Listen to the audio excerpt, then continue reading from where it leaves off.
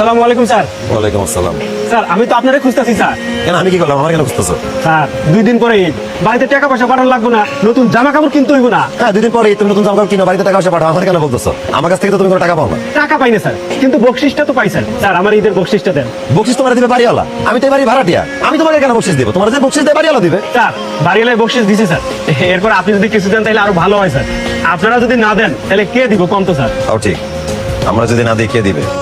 তুমি আমার কাছে চাইতে পারতেছো, আমি কার কাছ থেকে যাবো আমি জানি না। আমার যদি কেউ বকশিস দিত তাহলে মাথার উপর দিয়ে বোঝা করে একটু নাম। এই নাও 1000 টাকা, বাড়িতে যাও, বউ বাচ্চা ভালো করে ঈদ করো। ধন্যবাদ স্যার।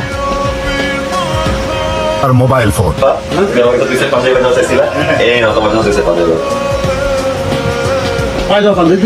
ঠিক আছে, আমি কিন্তু আবার ওই দাবি কাপড় তো নারে করতে পারি না। আমি দামি জামা কাপড় ব্র্যান্ডে, তুই পরে অনেক আরাম পাও। আম্মা, আমি তোমার জন্য দুটো নতুন শাড়ি